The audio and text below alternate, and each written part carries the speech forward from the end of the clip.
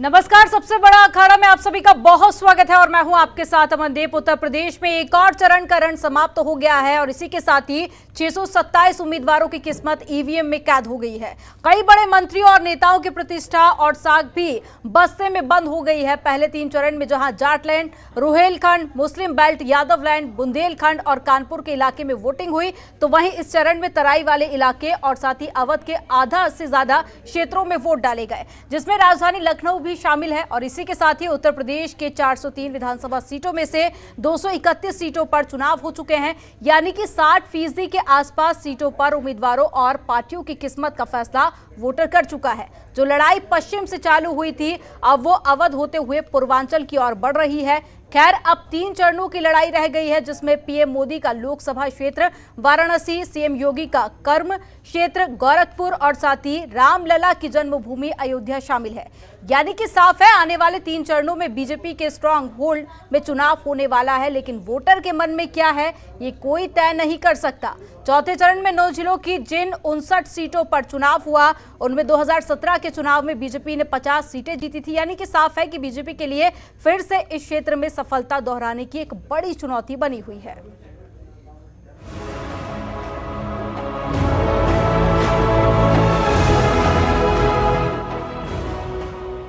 तो कई सारे बड़े सवाल भी खड़े हो रहे हैं, जहां एक तरफ मतदान जारी है, दूसरी तरफ कई सारे यूपी इलेक्शन को लेकर सवाल है। उन्हीं सवालों की पहले चर्चा कर लेते हैं, उसके बाद फिर मेहमानों का परिचय।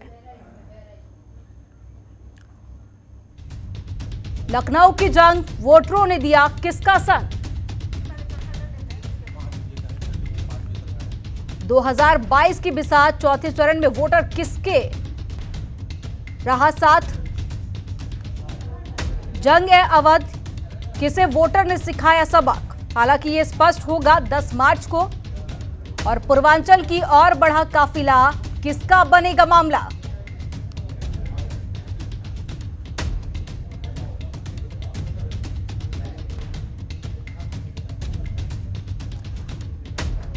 पश्चिम मध्य समाप्त, किस दल को मिला वोटर का साथ? तो कई सारे ऐसे सवाल हैं जिन पर चर्चा तो लगातार जारी है, लेकिन जो स्पष्ट है वो 10 मार्च को ही हो पाएगा।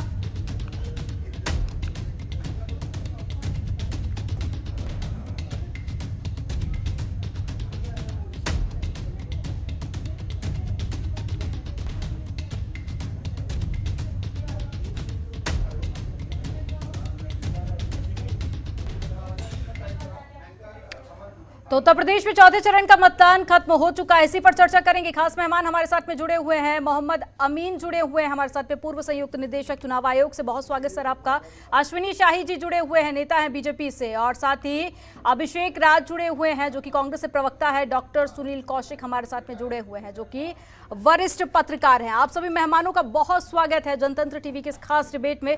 सबसे पहले आपका रुख करूंगी मोहम्मद अमीन जी, अगर चौथे चरण की बात की जाए तो पूरा शांतिपूर्ण तरीके से ही ये संपन्न हुआ है दौर, लेकिन कई जगह पर हमने देखा कि ईवीएम के खराब होने की भी खबरें सामने आई। तो पूरे चौथे चरण में मतदान को लेकर मैं आपका पहला रिएक्शन जानना चाहूंगी। देखिए, सबसे पहले तो मैं धन्यवाद दूंगा अपने मीडिया कर्मचारियों को और अपने जो हमारे इलेक्शन कमीशन के polling officer, presiding officer, security में जो लगे हुए थे लोग, उन लोगों को, जिला निर्वाचन अधिकारी को, कि जिन्होंने इतना सफल इलेक्शन कराया जिसमें किसी तरह कोई प्रॉब्लम नहीं आई। अभी अब जब बात कर रही थी कि ईवीएम की बात है, तो ईवीएम तो एक टेक्निकल चीज़ है और ट्रांसपोर्टेशन में ले जाने में, आने में, और इसी तरीके से कोई भी टेक्निकल प्रॉब्लम आ सकती है, लेकिन हमारे पास स्टैंड बाई पूरी ईवीएम अवेलेबल होती हैं, कोडेड होती हैं, इसलिए कोई किसी तरह की परेशानी वोटरों के साथ नहीं आई। और जहाँ तक सवाल है प्रिसाइडिंग और पोलिंग ऑफिसर को, उनको पूरा राइट है कि उनके पास एक डायरी होती है कि अगर वो ईवीएम ख़राब होती है, उसमें टाइम नोट कर लेते हैं कितनी देर के लिए, किस कारण से इलेक्शन रुकता है, उस इलेक्शन को सेक्टर मजिस्ट्रेट से बात करके उसको बढ़ाया जाता है। और हमारे जो इनक्लोजर के अंदर आ चुके होते हैं जो भी हमारे वोटर हैं, उनको चाहे वो रात हो जाए, उनको लास्ट तक उनको वोट देने का अधिकार रहता है।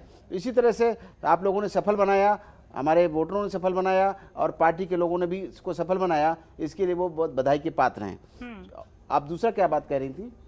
ईवीएम को लेकर मैंने आपसे पूछा कि कई जगह पर ईवीएम की खराबी भी देखी गई है, उसको लेकर कई जगह पर लोगों के रिएक्शंस भी हमने देखे कि सवालिया निशान खड़े किए कि ईवीएम जब खराब होती है तो कहीं ना कहीं मतदान भी काफी हद तक प्रभावित होता है। नहीं, देखिए इसमें सवाल नहीं है। देखिए हमने पहले ही कहा कि जो ईवीएम है वो टेक्निकल चीज़ है, लाने ले जाने में, ट्रांसपोर्टेशन में, या कहीं किसी वजह से कोई वायर गड़बड़ करेगा, कुछ कर गया तो इसलिए कोई ऐसी बात नहीं है। लेकिन जहाँ तक सवाल है, असुविधा तो होने नहीं दी गई। ना किसी वोटर को, ना कोई वोटर कह सकता है कि हमको वोट डालने का अधिकार नहीं दिया गया, ना ही कोई पार्टी का आदमी इसको कंप्लेन कर सकता है। झूठी बातें करने से कोई फायदा नहीं है। इलेक्शन कमीशन निष्पक्ष रूप से कराता है और उसको किसी से कोई लालच नहीं है, किसी का कोई प्रॉब्लम नहीं होता है। इसलिए हमेशा आप देखेंगे कि इलेक्शन कमीशन की जो भी कार्य प्रणाली है बिल्कुल निष्पक्ष और क्लियर है। इसको कोई भी कुछ कहे, लेकिन मैं इस बात को नहीं मानता हूँ, सिरे से नकारता हूँ कि कोई भी पार्टी का अपने भाई होता है, जैसे एम्पायर है, उसको क्या होता है कि वो तो अपना एम्पायर तो अपना निर्णय देगा, लेकिन हमारे प्लेयर्स कह देते हैं कि उसने बेईमानी कर ली, ये नहीं जानते कि वो खेल कैसा रहता। वो कैच उठा दिया तो पकड़ा गया। इसी तरीके से ये हमारा इलेक्शन कमीशन है, संवैधानिक संस्था है, ना किसी का फेवर लगती है, ना किसी का विरोध करती है। उसे तो अपने वोटरों से मतलब है, अपने चुनाव से मतलब है, निष्पक्ष रूप से चुनाव कराया जाए, उसकी एक अपनी प्रक्रिया है, उसमें आपने देखा ही है। और जहाँ तक सवाल है 3 फेज, आज चौथा फेज भी खत्म हो गया। इसके लिए आप लोग सब लोग विधायी के पात्र हैं और मैं अपनी ओर से इलेक्शन कमीशन के लोगों को स्पेशल तौर पे बधाई देता हूं और निष्पक्ष चुनाव कराया। ये किसी तरह के कोई दंगल, किसी तरह की कोई वारदात नहीं हुई है। मशीन खराब ना एक टेक्निकल बात है।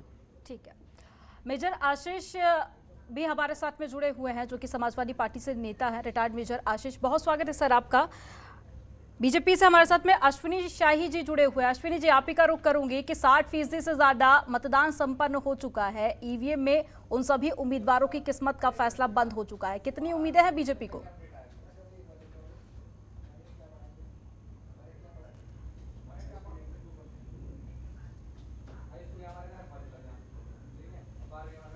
कहूंगा कि बीजेपी का एक बेहतर प्रदर्शन रहा है।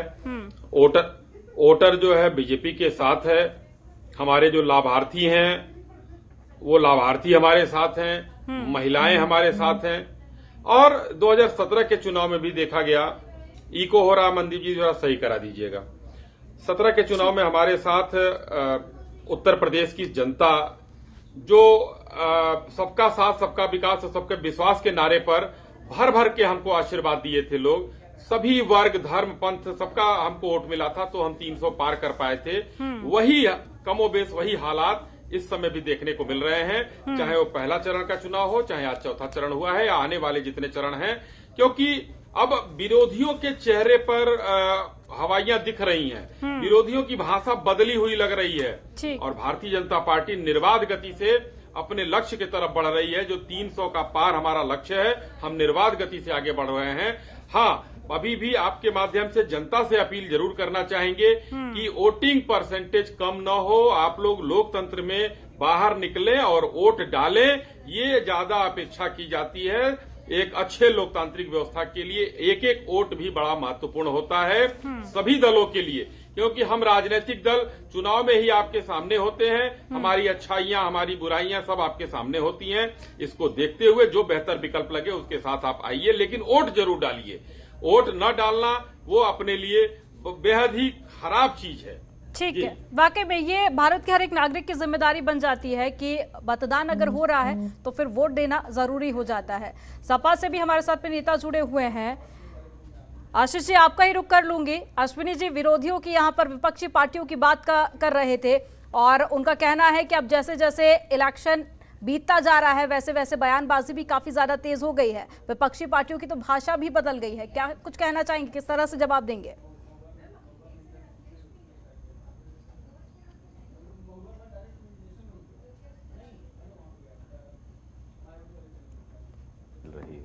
हम लोगों ने देखा है कि कैसे मोदी जी की रैली तक में लोग भीड़ नहीं जुटा पाए, भारतीय जनता पार्टी वाले।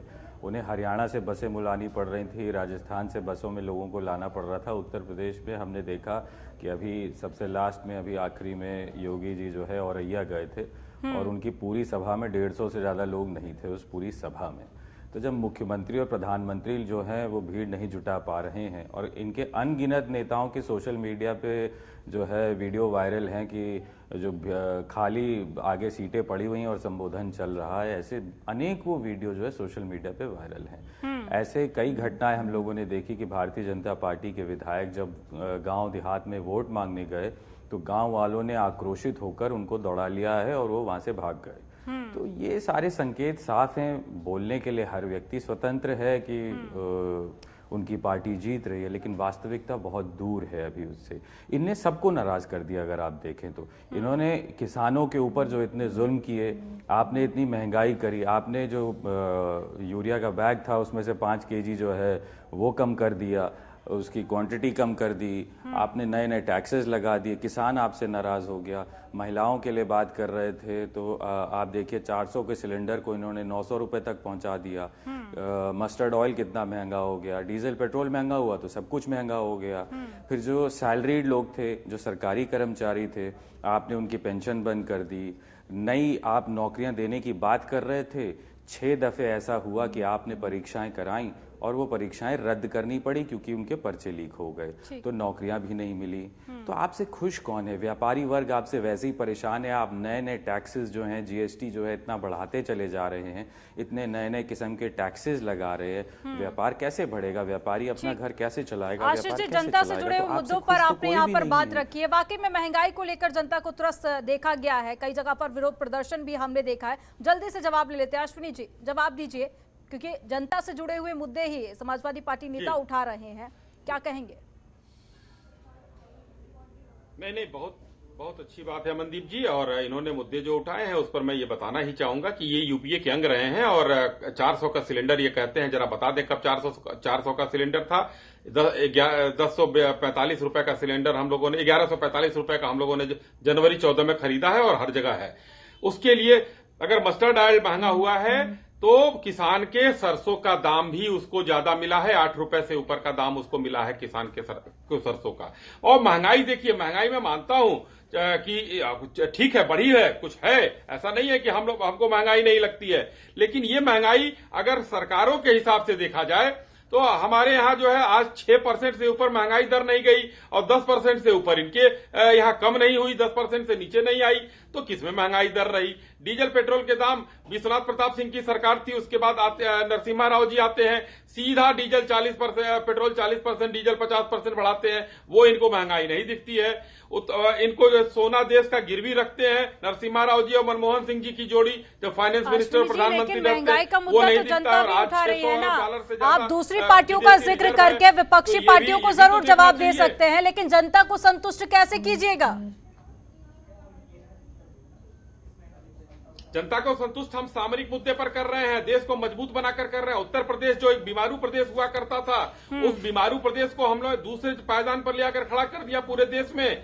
उत्तर प्रदेश की हम लोगों ने जीडीपी बढ़ाई। उत्तर प्रदेश में ये लोग 2 लाख करोड़ का बजट पेश करते थे, हम लोग 5.5 लाख करोड़ का बजट पेश करते हैं। उत्तर प्रदेश में ये नौकरियां इलाहाबाद में जो है एक अनिल यादव वो इनके थे, भर्ती करते थे, सब लोग जानते थे। और इन्होंने 2 लाख भी नौकरी नहीं दी, हमने तो डंके की चोट पर 4.5 लाख नौकरी दी और 2.5 लाख से ऊपर संविदा पर हम लोगों ने लेकिन अश्विनी जी, वादा कितने लाख नौकरियों का किया था?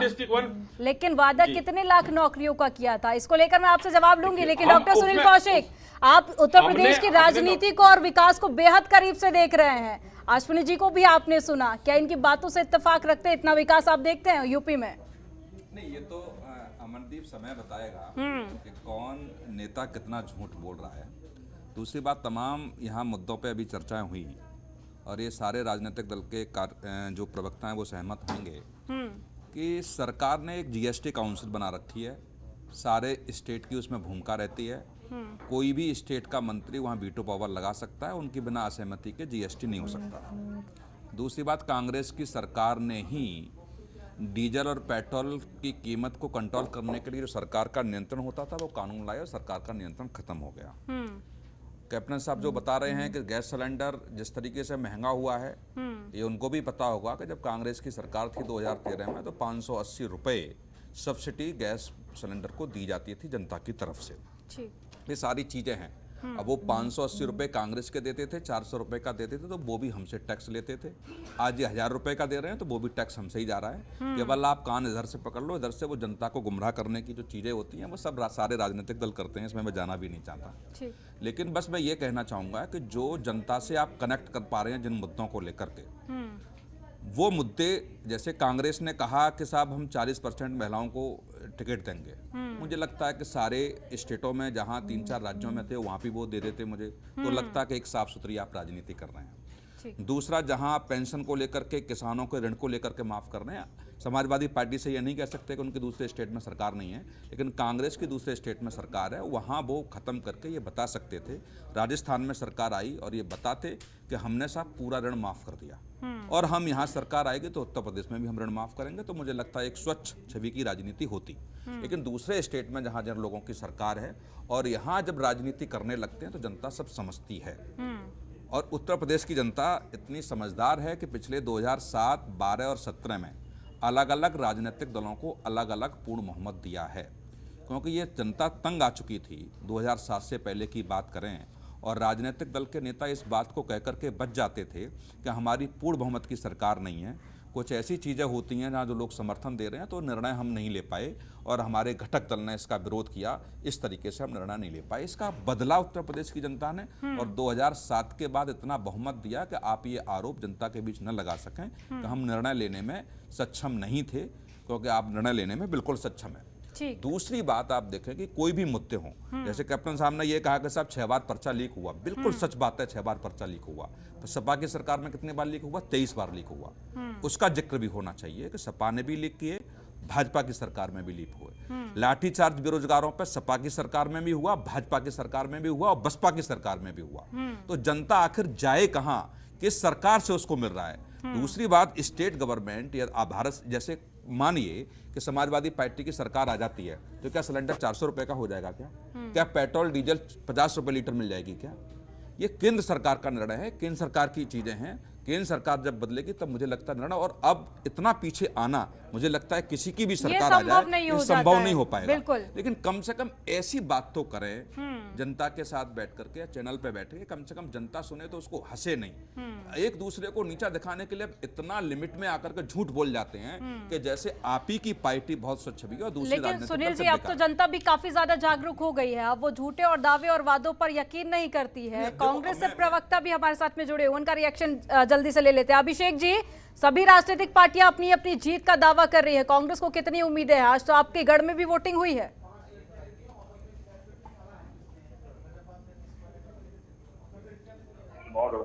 अच्छी बात भी, जनता के बीच में आप जाते हैं तो आपने काम किया होता है, 5 वर्ष की चाहे आप विधायक रहे, समाज सेवा के रूप में आपने किया हो,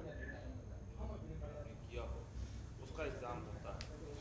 5 वर्षों तक उत्तर प्रदेश में भारतीय जनता पार्टी ने जिस तरीके से अराजक सरकार को चलाया है, जिस तरीके से प्रदेश का माहौल खराब किया गया है, प्रदेश की जनता भूली नहीं है। इसी भारतीय जनता पार्टी की सरकार के वक्त 2 बार कोविड की वेव भी आई है, और जो कोविड क्राइसिस रहा, जो मिसमैनेजमेंट रहा, जिस तरीके से लोगों ने अपने परिजनों को खोया है, 1 साल अभी नहीं हुआ इस बात को, सेकेंड वेव जब आई थी, तो ये सारे तमाम मुद्दे हैं। युवाओं के रोजगार बहुत बड़ा मुद्दा है, जिसको लेकर के हमारी नेता आदरणीय श्रीमती प्रियंका गांधी जी ने युवा विधान घोषणा पत्र जारी किया, और हमने अपना जो विजन था सरकार बनने के बाद वो जनता के सामने प्रस्तुत किया है। महिला विधान घोषणा पत्र हम लेकर आए हैं, जिसमें हमने महिलाओं से संबंधित जितने भी अपने प्रोग्राम्स उनके बारे में खुलासा किया है और बताया है कि सरकार आने के बाद हमारी मंशा क्या है और हम क्या करना चाहते हैं। भारतीय जनता पार्टी ने जितने दावे किए थे 2014 के पहले भी और 2017 के पहले उत्तर प्रदेश में आने के पहले, वो सारे दावे खोखले निकले हैं।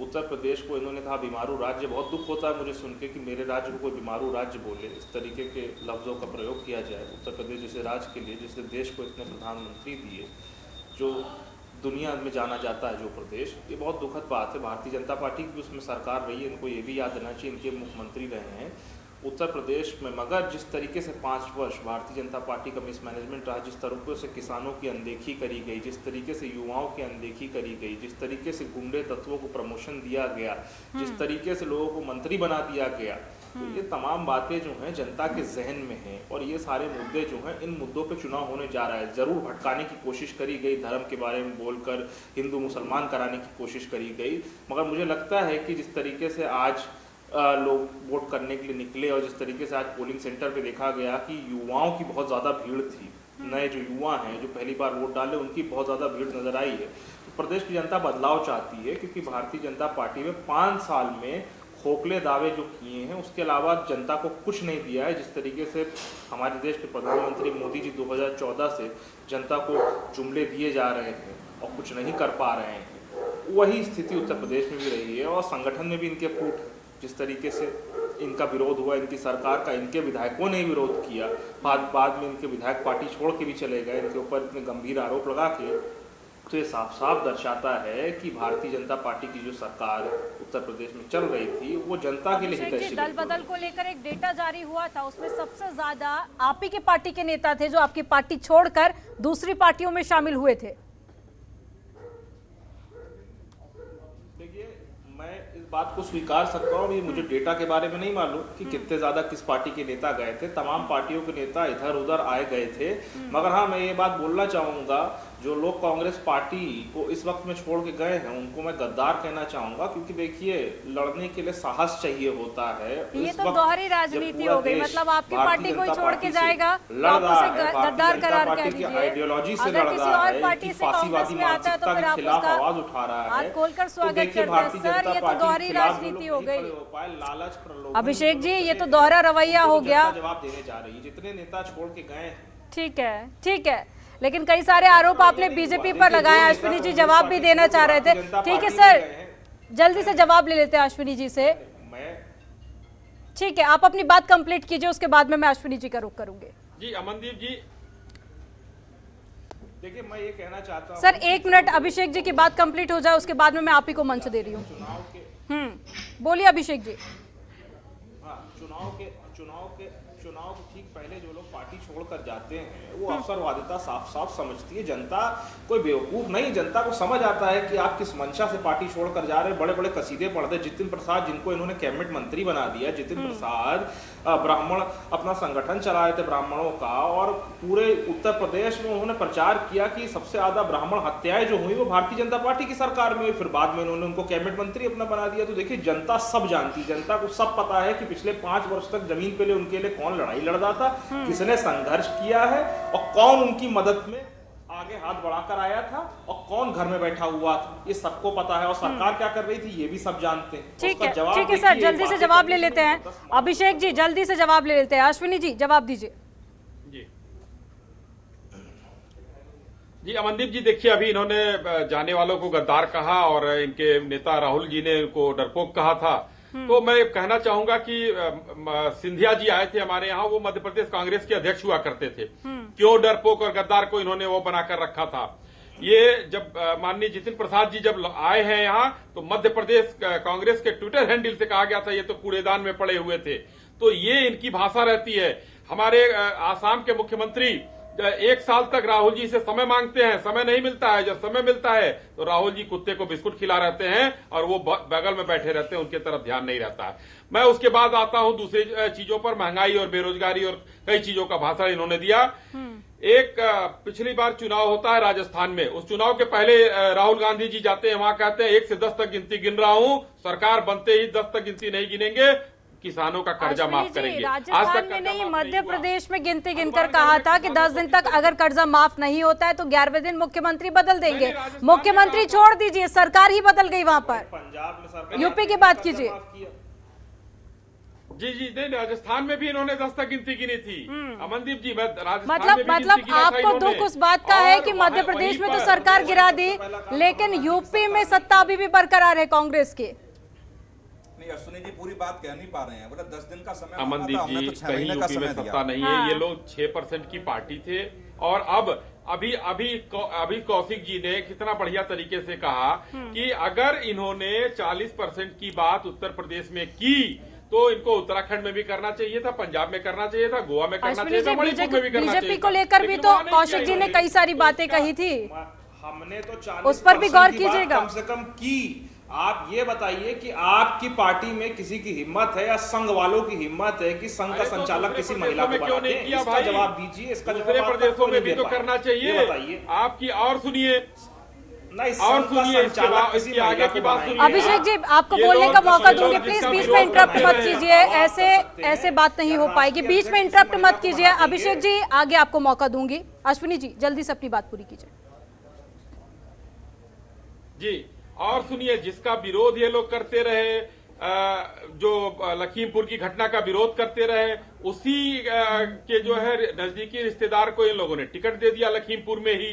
तो ये इन लोगों की राजनीति है। इसमें ऐसा नहीं, कांग्रेस को कुछ नहीं कहना है। कांग्रेस 6% की पार्टी थी और प्रियंका वाड्रा गांधी के सौजन्य से अब ये 2% की पार्टी उत्तर प्रदेश में रहेगी।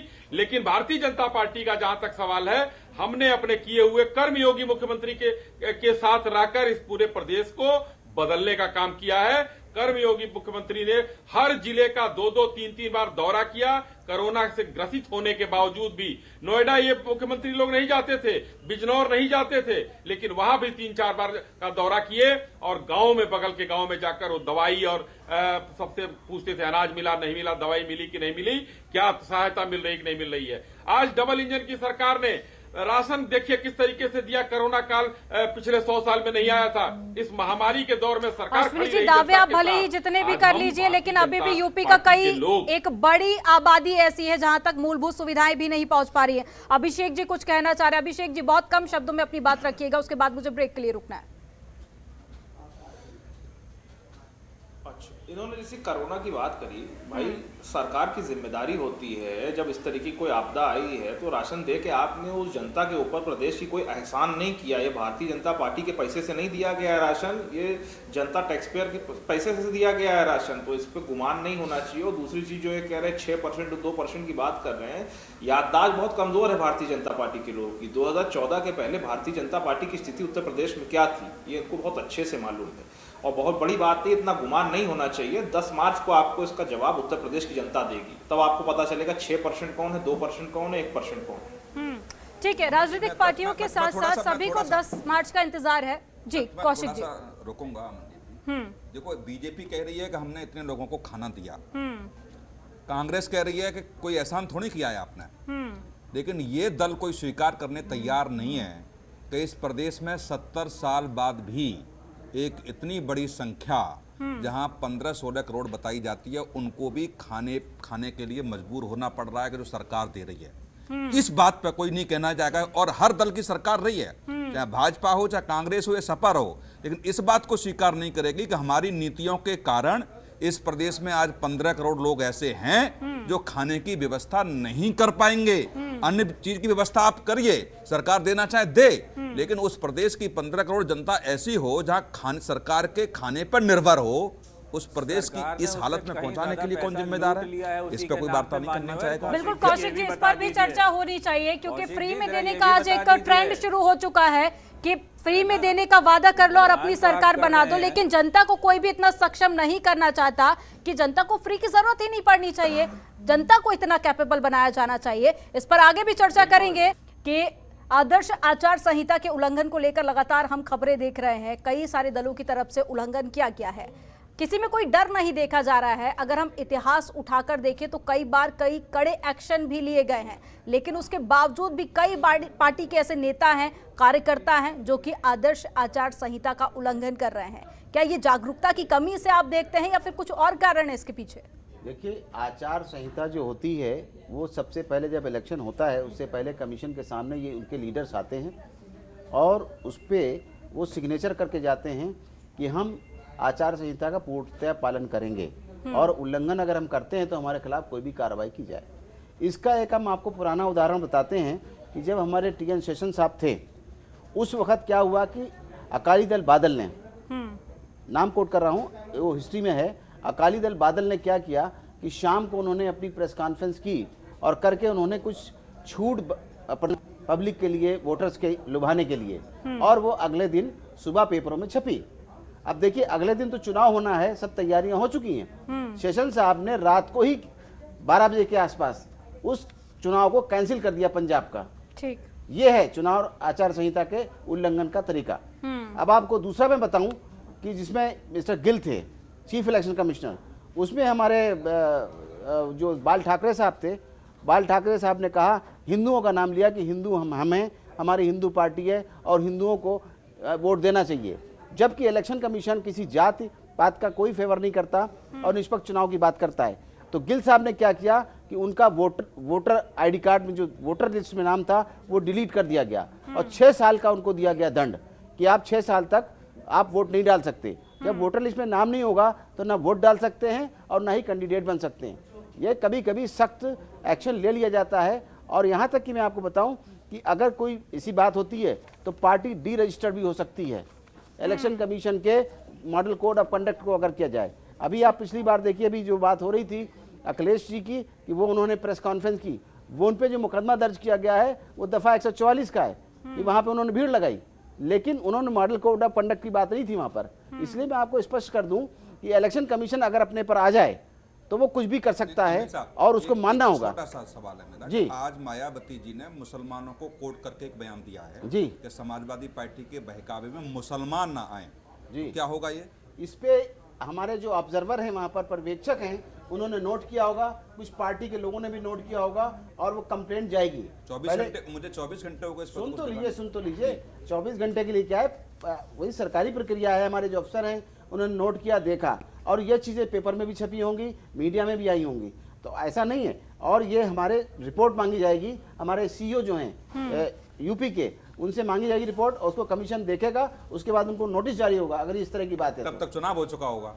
देखिए फिर क्या होना है भाई? देखिए चुनाव की बात तो बाद में है भाई, समय तो चाहिए ना हर एक के लिए। क्यों चुनाव चाहिए? जब जाकर के जैसे अगर आप इस तरह की बात करते हैं तो न्यायालय में कोई अगर मर्डर करता है तो उसको भी छूट दी जाती है कि अपना पक्ष रखे। जैसे आपने कहा कि बादल साहब ने लिया और तत्काल एक्शन हुआ ना जी, तो लेकिन जो तत्काल एक्शन वो वाला आ गया था ना। मुझे चुनाव आयोग आजकल नहीं दिख रहा है। तमाम पार्टियों ने आरोप लगाए, तमाम तरीके के उत्तर प्रदेश के चुनाव को मैं दर्जनों आपको बयान ऐसे भेज दूं जहां नियमानुसार नहीं हुआ है, जहां बाकायदा धार्मिक अपीलें भी हुई हैं, लेकिन पार्टियों के द्वारा भी जहां आपको चुनाव आयोग को लिख के दिया गया उस पर कोई कार्रवाई नहीं हुई। और बहुत ज्यादा, मैं सुन लीजिए ना, जब बहुत ज्यादा कुछ होता है, ज्यादा मीडिया में आ जाए तो चुनाव आयोग सिर्फ इतना करता है कि 24 घंटे और 48 घंटे के लिए रोक लगा देता है कि सारे चुनावी सभाएं संबोधित नहीं करेंगे। टीएन सेशन वाला चुनाव आयोग अब नहीं रहा, इसको सच्चाई से स्वीकार करिए। गिल साहब वाला चुनाव आयोग नहीं रहा, इसको आप सच्चाई से स्वीकार कीजिए। मीडिया पूर्व चीफ सेक्रेटरी आपको उत्तर प्रदेश सरकार जवाब ले लीजिए। मैं पूर्व चीफ सेक्रेटरी उत्तर प्रदेश सरकार के चुनाव में हैं, जिस मुख्यमंत्री के साथ उन्होंने काम किया, अब कैसी मंशा की जा सकती है आप बताइए। अखिलेश जी के साथ पूर्व चीफ सेक्रेटरी अभी आलोक रंजन साथ काम कर रहे हैं, तो वो क्या काम करेंगे? ये सब छोड़िए। ये सब होता था कभी जमाने में। टीएन शेषन राष्ट्रपति इसलिए नहीं बन पाए। टीएन शेषन साहब का भी हमने कार्यकाल देखा है, लेकिन टीएन शेषन अब कोई दूसरा टीएन शेषन बन पाएगा, ये हमारे देश का दुर्भाग्य है। इलेक्शन कमीशन किसी से नहीं डरता है इस मामले में। और एक चीज बता दूं, ये कोई बक्से का वोट नहीं है जहाँ पे स्टैंप लगाई, चोरी कर दी, ये कर दिया। अमीन जी, समाजवादी पार्टी की तरफ से भी कई बार आरोप लगाए जाते हैं। हमारे साथ में नेता जुड़े हुए आशीष जी भी कुछ बोलना चाह रहे हैं, उनका भी सवाल ले लेते हैं, फिर उसके बाद में एक साथ जवाब लूंगी मैं। आशीष जी अपनी बात रखिए। मैं ये कह रहा था कि जो मौजूदा चुनाव आयोग है वो महाभारत के धृतराष्ट्र के किरदार से बहुत ज़्यादा प्रभावित लगता है मुझे। जैसे उनने पट्टी बांध रखी थी, वैसे यहाँ भी चुनाव आयोग ने जो है पट्टी बांध रखी है। पूरे लखनऊ में योगी और मोदी जी की इतनी बड़ी बड़ी होर्डिंगें लगी हैं जो मैं कई दिनों से देख रहा हूँ, जब से आचार संहिता लगी है। सबकी हटा दी गई, लेकिन पूरे लखनऊ में घूम के देख लीजिए, उनकी होर्डिंगें कहीं नहीं हटी हैं। वो आज भी हर एक सड़क पर लगी हुई हैं बाकायदा। अब इस पर क्या कहना चाहेंगे? आज तो वोटिंग भी हो गई यहाँ पे, आपका चुनाव आयोग तो अभी भी पट्टी बांधे सो ही रहा। साहब, हमारा जो मीडिया है पूरा स्वतंत्र है, उससे अगर कोई वीडियो क्लिपिंग आती है, कोई फोटोग्राफ आता है तो सीधा एक्शन इलेक्शन कमीशन देता है, नंबर 1। नंबर 2, पार्टियों को भी है। अगर लखनऊ के किसी कोने में चले जाइए, किसी सड़क पे चले जाइए, बड़ी बड़ी होर्डिंग लगी हुई होगा, चाहे वो किसी स्तर का नेता हो। ठीक है आशीष जी, पूरे लखनऊ में लगी हुई है। कोई इलेक्शन कमीशन से कंप्लेन की है इस पूरे मामले को लेकर आपने? नहीं, वो यहाँ कर रहे हैं कंप्लेन, बस टीवी पर बोल देना, स्क्रीन पर, वो तो ठीक है, पार्टी ने की है, तो फिर उस पर एक्शन नहीं लिया गया? नहीं, पूरे लखनऊ में लगी है, पूरे लखनऊ में लगी है। तो वहीं देखिए कि कंप्लेन तो कीजिएगा ना, जनता पार्टी के जो कंप्लेन तो कीजिएगा ना। नहीं, भारतीय जनता पार्टी के जो सरोजनी नगर से प्रत्याशी हैं, उनकी वाइफ जो है यही लखनऊ से आईजी हैं, उनका ट्रांसफर नहीं किया। ठीक है अमीन जी, लखनऊ रेंज से उनकी वाइफ, जब आप चुनाव आयोग थे, उनके जितने भी बाहर से जो चुनाव अधिकारी बन के आते हैं वो स्वतः संज्ञान में लेते थे। मैं शिकायत करने की आवश्यकता ही नहीं है। जब सामने से आप सड़क से गुजर रहे हैं और आपको दिख रहा है कि आचार संहिता का उल्लंघन हो रहा है, तो कौन पार्टी, कौन मीडिया क्या होता है? यही मोहम्मद अमीन जी, यही मेरा सवाल है कि क्या चुनाव आयोग मीडिया और अन्य पार्टियों पर निर्भर करता है? चुनाव आयोग की खुद की भी कोई जिम्मेदारी है। चुनाव आयोग तो करता ही करता है। ये जो बात कर रहे हैं सपा के लीडर साहब, इनको शायद ये पता होगा 2012 में मायावती के सारे हाथी doctor SY Qureshi chief election commissioner ने। अरे 2012 छोड़ो, अभी की बात करो। अब तब नहीं थे क्या? तब सो रहा था इलेक्शन कमीशन, तब जाग रहा था। अभी की बात कर रहे हो, वही 2012 वाली बात तुम कर दी। 1812 में चले फेवर जाओगे करे तो ठीक है, नहीं है ना? नहीं, जो एसवाई कुरैशी साहब की जो आप बात कर रहे हैं, अरे बड़ा फेवर अच्छे की से क्या उनको बात है? अब जानता जो हूं। बात चली थी उसको एसवाई क्या करें? अब आज की नहीं, बात मैं- कर रहे हैं अरे आपसे। मुझे पता मैंने है, आपसे फिर सवाल किया, मुझे आशीष जी वो कि पता अभी है। सरोजनी नगर से राजेश्वर सिंह भारतीय जनता पार्टी के प्रत्याशी हैं, उनकी वाइफ जो हैं वो लखनऊ रेंज से आईजी हैं, उनको क्यों नहीं हटाया गया? किसको पता ही नहीं होगा। वही तो मैंने कहा, किसको? इनको पता ही नहीं है, ठीक है अमीन जी, ये जानबूझ के भोले बन रहे हैं। इलेक्शन कमीशन की इसमें नहीं, क्या क्या कुछ जवाब ड्यूटी देना? बनती है? भाई एक भारतीय जनता पार्टी का लखनऊ से आदमी प्रत्याशी है, नहीं, लखनऊ से एक आदमी प्रत्याशी है भारतीय जनता पार्टी का, उसी की बीवी लखनऊ रेंज से आईजी है और वो चुनाव करवा रही है, और पुलिस जा जाके समाजवादी पार्टी के नेताओं के घर दबिश दे रही है। और वो आप इसीलिए शांति तो से हो रहा है ना, बैठे क्योंकि उनकी आपने बीवी कोई लखनऊ कंप्लेंट रेंज से इलेक्शन आईजी कमीशन को की नहीं। है और उसको 24 चुनाव आयोग ने आवर हटाया हमारे नहीं, इलेक्शन काम कर धृतराज रहा की है। तरह आंख पे पड़ हमारे मोहम्मद अमीन जी, क्या ये आपने अन्य कंप्लेंट- पार्टियां भैया, या भारतीय मीडिया जनता कंप्लेंट पार्टी के लिए करेगी काम तभी कर कोई रहा होगा, एक्शन चुनाव होगा? आयोग काम क्या कर रहा है ये तो अमीन जी, बताइए। क्या हमारे यहाँ कंप्लेंट जो करने पर ही एक्शन होगा? हमारे यहाँ जो ऑब्जर्वर है, पता चला कोई तमिलनाडु से आया, कंप्लेंट यूपी भी में हो कोई चुकी आया, है। आसाम से, ठीक है, उनके इनकी भी ड्यूटी बनती है, वो 24 आवर वहां पर होते हैं। इन लोगों की बनती है, हर पार्टी के वर्कर्स की, हर पार्टी के लीडर्स की कंप्लेंट सुनते हैं। क्या कर रहे थे ये लोग लखनऊ में? अगर वो आईजी थी रेंज की, तो आप लोग क्या कर रहे थे? आपका हेडक्वार्टर वहां पे, आपका लीडर वहां पे, क्यों नहीं कंप्लेंट किया आपने? सर जब ऑब्जर्वर आते हैं आपके, जी, तो पता है क्या होता है? मतलब हम लोग क्या कर रहे हैं? नहीं, मैं बता दे रहा हूँ तो क्या होता है। हम आपको बताएंगे, हम आपका क्या करेंगे। वहाँ का डिस्ट्रिक्ट मजिस्ट्रेट, 10 किसी की भी आशीष सरकार हो, मैं जी, सारी आशीष सरकारों जी, की ये बात तो कर आप रहा हूँ। खुले मंच से तो वो धमकी देने डिस्ट्रिक्ट जैसी बात कर रहे हैं। मजिस्ट्रेट इस बात की ड्यूटी लगाता है कि सुबह उठेंगे तो कौन सा बिल्कुल, जूस जो- पियेंगे, जो- जो- कौन सी जो चाय गलत कर लेंगे, रहा है उसके आशीष खिलाफ जी, कार्रवाई खुले को मंच से मार्केट धमकी कैसे देने कराया जैसी है बात उनको, कर रहे हैं आप तो। कैसे ये घूमेंगे, जितना इन लोगों ने पक्षपात किया है, लगती ये है। अभी कह रहे थे कि हम क्या कर रहे थे, हम इनको बताएंगे हम क्या करेंगे। एक तरफ आप जीत का दावा भी कर रहे हैं, कार्रवाई जो दूसरी इन लोगों तरफ को आप करनी चुनाव चाहिए आयोग थी, पर ये सवालिया अभी निशान भी इनको खड़े पता ही कर रहे नहीं हैं। एक तरफ आप जीत का दावा भी कर रहे हैं, दूसरी बिल्कुल तरफ सवाल इलेक्शन उठता है, क्यों नहीं कमीशन उठता पर है? आप अगर सवाल भी खड़े कर रहे हैं। रेंज से आईजी है और ये कह रहे हैं इनको पता ही नहीं है, तो इतनी खुली पार्शियलिटी। अरे तो चुनाव आयोग क्यों है? भाजपा आयोग नाम रख लेते। लेकिन मोहम्मद अमीन जी, ये कैसे ज्यादा संभव है? बेहतर जो होता। ये सवाल खड़े कर रहे हैं, ये कैसे संभव हो जाता है? ये कह रहे हैं कि जिस पार्टी से इलेक्शन लड़ रही है, उन्हीं की धर्म पत्नी वहीं से आईजी की रैंक पर पोस्टिंग है उनकी। ये ऑब्जेक्शनेबल है और मुझे नहीं लखनऊ लगता से है, मैं आईजी इस बारे में है। कुछ नहीं कह सकता, मुझे आइडिया नहीं है, लेकिन वो अंडर रूल गलत है, वो ये मैं कह रहा हूँ। बस यही तो है। फिर तो इनको एक्शन आइडिया होना ही नहीं चाहिए है। उसको लेकर। मुझे नहीं जानकारी है। इनको आइडिया ही नहीं है। जब आपको आइडिया ही नहीं है तो आप इलेक्शन कमीशन में बैठे कहाँ हैं? किया होगा एक्शन, अगर नहीं किया तो उसका एक्शन का मुझे नहीं पता है। कंप्लेंट तो मैं- कब ठीक कर है। दी मान्यवर, अश्विनी जी चुनाव कुछ भी हो बोलना गया, चाह रहे हैं, कौन जल्दी सी- से अश्विनी कौन जी सी का दुनिया जवाब में ले जी लेते रहे हैं। आप? आज तो वोटिंग भी हो गई, आपका चुनाव आयोग तो मंजीरा ही बजाता रह गया। बजा देगा मंजीरा, चिंता मत करिए, 10 तारीख को सबको मंजीरा बन जाएगा। ठीक है अश्विनी जी, नहीं, हम तो 10 तारीख को बजेगा, और जो लोग जो भाजपा की जो अभी भक्ति कर रहे हैं उनका भी बजेगा। आप देखते जाइए, चिंता मत करिए, अब देखते जाइए, मंजीरे के साथ 10 ढोलक तारीख के बजेगा। बाद बराबर ठीक है बजेगा। ठीक है ठीक है अश्विनी जी, अश्विनी जी वो अभी जल्दी से आप गर्मी अपनी कोई बात कम पूरी कर रहा कीजिए। था ना, अभी गर्मी कैसे कम होगी अभी आप 10 के बाद देखिएगा। अमनदीप जी, ये समाजवादी पार्टी के लोग हाँ, समाजवादी पार्टी के लोग भ्रम फैलाते हैं। कोई पोस्टर, कोई होल्डिंग जो है योगी मोदी जी की शहर में नहीं लगी है। चुनाव आयोग ने जो लगा था वो उसको पहले ही उतरवा दिया, नगर निगम ने पहले ही उतार लिया था। रही बात, इन लोगों को आदत पड़ चुकी है, बहुत आपकी पहले डिबेट में याद है कितना टाइम मुख्यमंत्री बचा है? हुआ कहिए करते तो अभी थे के अभी लाइव करवा अखिलेश दूं। जी। एक मिनट और आपकी डिबेट में अगर एकदम 10 चलवा मिनट का दीजिए टाइम भाई, है तो मैं चलवाइए, अभी यहीं से चलवाइए। जुड़वा दूं। अभी अरे लिखवा चलवाइए। दूं। और इनकी बात आशीष इनकी जी, चलवाइए, चलवाइए। आशीष जी, ये आशीष कितने जी, बड़े चलवाइए। fraud अगर हैं, आपके नहीं पास साबित में कर- सबूत है एक- तो उन एक सबूतों को आईजी जरूर पेश दस कीजिएगा, मिनट वो भी जो हम है, अपने चैनल पूरी पर जरूर पार्टी दिखाएंगे। दुर्गेबाजी की ये पार्टी है। आशीष जी, आशीष जी, 10 मिनट में मैं यही दिखा दूंगा। सबसे मैं पहले लाइव चला जाऊंगा उसका इन्होंने 10 मिनट में यही दिखा दूंगा। ठीक है आशीष जी, आशीष जी, अगर आपके पास में प्रूफ है तो प्लीज आप, अरे इनके योगी और मोदी को झूठ बोलने के अलावा कोई काम ही नहीं है। ठीक है, लेकिन अगर आप झूठ को लेकर सवाल खड़े कर रहे हैं तो भाई, देखिए आप उसका 110 प्रूफ भी बातें तो झूठ कीजिए ना। सबूत आप दिखाइएगा। झूठ बोलना टोटी नहीं तो अगर इनकी हिम्मत हो तो मैं अभी दिखा देता हूँ, अभी दिखा देता हूँ। अगर शर्त लगा रहे हैं, अगर शर्त लगाने को तैयार हैं, नहीं तो मैं तो कह रहा हूँ कि अभी के अभी दिखा देता हूँ।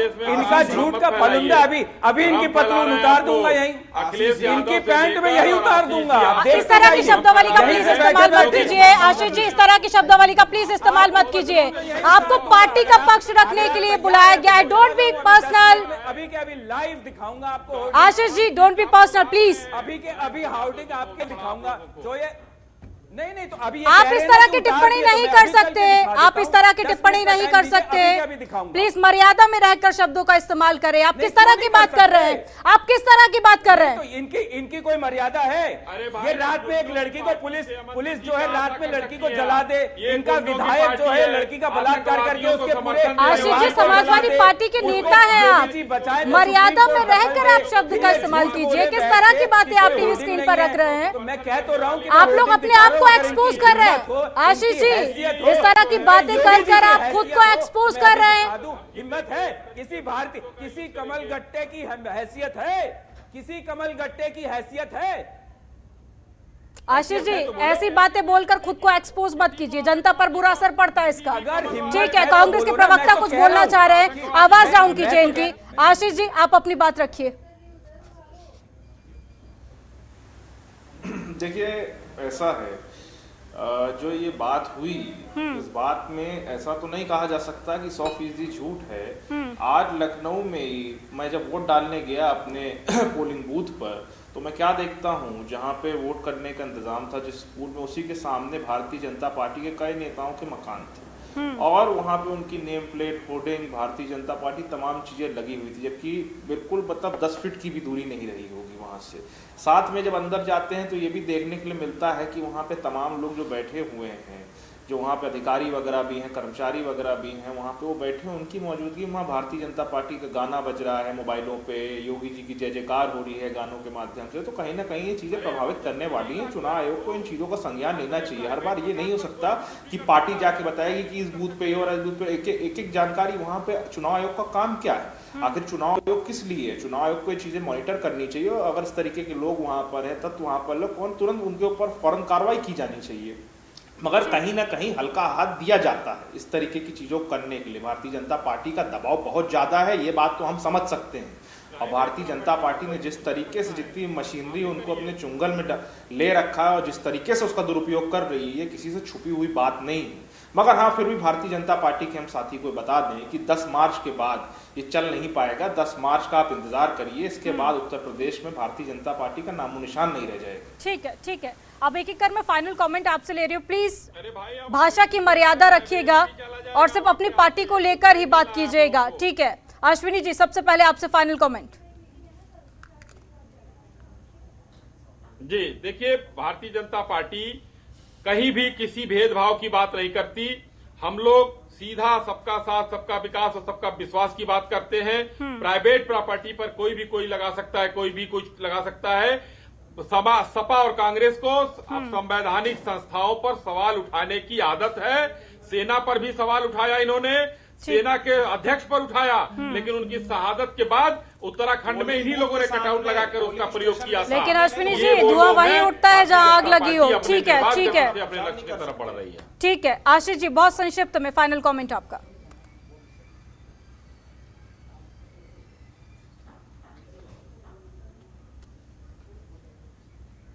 उनकी विधवाओं को दी जाने वाली सुविधाएं कम करी हैं। ये 70 साल में आज तक किसी ने नहीं किया था, ये भारतीय जनता पार्टी ने किया है। 70 साल में पहली बार हुआ था कि चीन के सैनिक हमारे सैनिकों के ऊपर आके निहत्थे सैनिकों के ऊपर हमला किया था और मोदी जी उनकी तरफदारी कर रहे थे। तो ऐसे लोगों का गुणगान करने से पहले व्यक्ति को अब जरा एक बार सोच लेना चाहिए कि हम किन की तारीफ कर रहे हैं। क्यों? क्योंकि उनके प्राइवेट फंड में चाइना से फंडिंग हो रही थी, जो मोदी जी ने अलग से बनाया हुआ था अपना फंड, उसमें फाइंड कर रहा था चाइना। ये ऐसी पार्टी है, ऐसे लोगों की पार्टी है। ठीक है, ठीक है।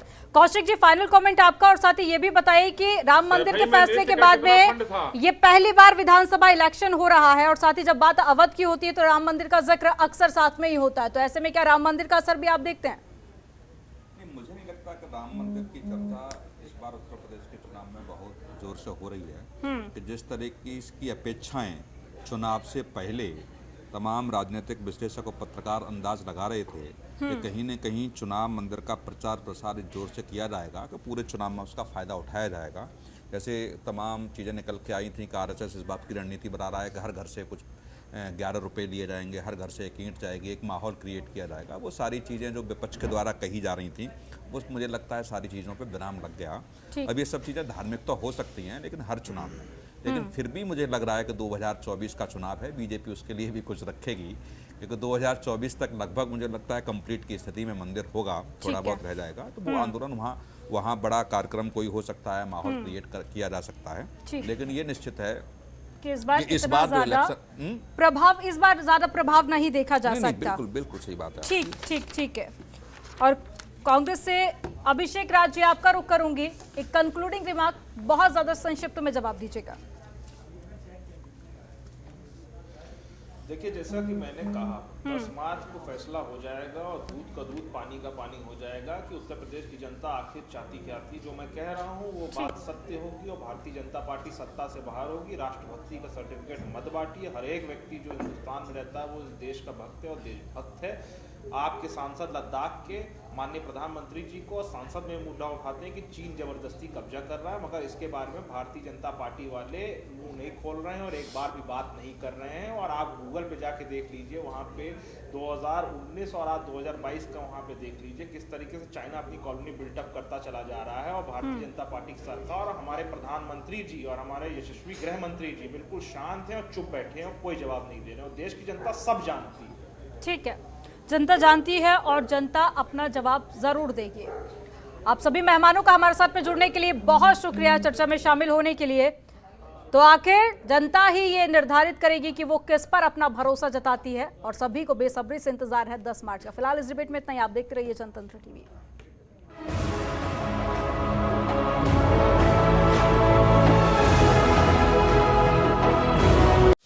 खबरों के निष्पक्ष विश्लेषण के लिए सब्सक्राइब करें Jantantra TV and press the bell icon. Never miss any update.